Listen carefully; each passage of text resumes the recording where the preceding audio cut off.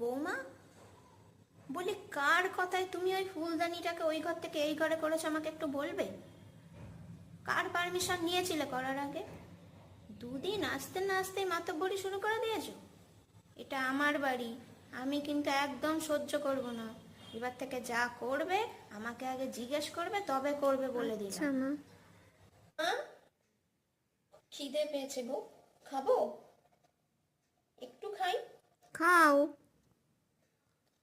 মা, এবার স্নান করতে যেতে পারি? যাও। উমা, বেরোবো আমি একটু, যাবো আর আসবো, বেরোই। হ্যাঁ যাও, তাড়াতাড়ি ওমা, যাও।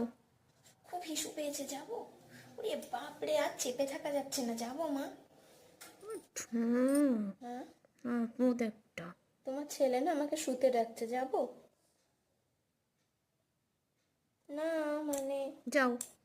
না মানে শুধু চেপে সব শুতে তো ডাকছে না, নাট্টু। ওই আর কি একটু ভালোবাসাবাসি যদি হয়। যাবো মা। মেয়ে একটা। লাজ লজ্জা বলে কি তোমার কিচ্ছু নেই গো? এইসব আবার কেউ জিজ্ঞেস করে? তোমার এর থেকে যা খুশি তুমি তাই করবে, বুঝলে?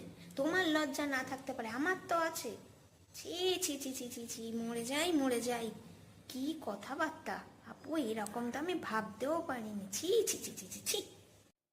তো আগে বললেই পারতেন, আমি আমার মতন করে চলবো। তাহলে আবার বলার দরকার কি ছিল যে আপনার পারমিশন নিয়ে যা করার করতে হবে?